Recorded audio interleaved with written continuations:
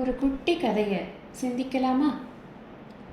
அன்பகத்தில்லா உயிர் வாழ்க்கை வன்பார்க்கண் வற்றல் மரம் தளிர்த்தற்று.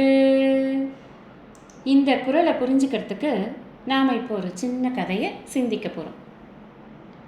எல்லாருக்கும் தெரிஞ்ச ஒரு ஃபேமஸ் ராட்சசன், அசுரன், ஹிரண்யகசிபு அப்படின்னு சொன்னாலே நமக்கு தெரியும். பிரகலாதனை எவ்வளவு கொடுமைப்படுத்தினான். இந்த நரசிம்மர் வந்து அவனை அப்படியே கிழித்து துவம்சம் பண்ணிட்டார் அப்படின்னு நமக்கு எல்லாருக்கும் அந்த கதையெல்லாம் நல்லா தெரியும். இங்கே நாம் சிந்திக்க போகிறது அந்த கதையே கிடையாது. இந்த பிரகலாதனுக்கு நிறைய கொடுமை பண்ணார் இல்லையா?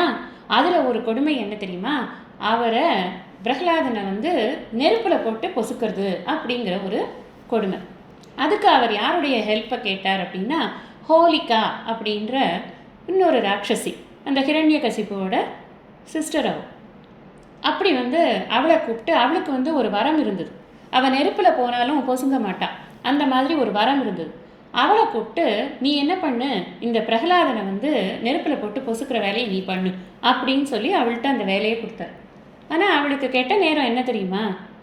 அவளுக்கு தான் மட்டும் தனியாக நெருப்பில் போனாதான் பொசுங்க மாட்டோம் அப்படிங்கிறது மறந்து போச்சு. அவள் போய் நெருப்பெல்லாம் மூட்டிட்டு அதில் உட்காந்துக்கிறதுக்கு முன்னாடி இந்த பிரகலாதனை கூப்பிட்டு, நீ வா என்னோட உட்காந்துக்கோ, நான் காமிக்கிறேன் பாரு உனக்கு, நீ கூட எரிய மாட்டேன் அப்படின்னு சொல்லி அவனை ஏமாற்றி அவனை கூட்டின்னு வந்து மடியில் உட்காந்து வச்சுக்கிறான். பிரகலாதன் குழந்தை தானே, எப்போ பார்த்தாலும் நாராயண ஸ்மரணையிலே இருக்கிற குழந்தை வேறு.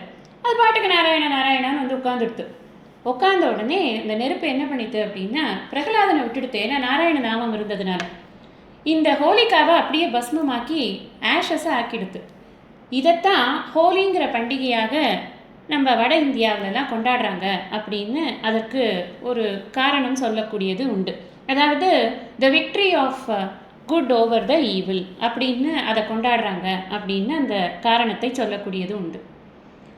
இது என்ன நமக்கு காமிக்கிறது அப்படின்னா, அன்பு இல்லாதவனுடைய வாழ்க்கை எதுக்காவது உபயோகமாகுதா? ஒரு வத்தி போன மரத்தினால யாருக்காவது ஏதாவது உபயோகமாகுமா? காஞ்ச மரத்தினால யாருக்காவது உபயோகமாகுமா?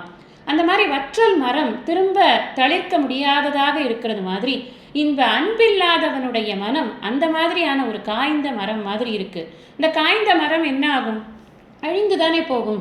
அது மாதிரி தான் இந்த மாதிரி அசுர குணம் கொண்டவர்கள் எல்லாம் அன்பு இல்லாத காரணத்தினால்தான் அழிந்து போகிறார்கள் அப்படிங்கிற விஷயம் நமக்கு இதிலிருந்து தெரியுது.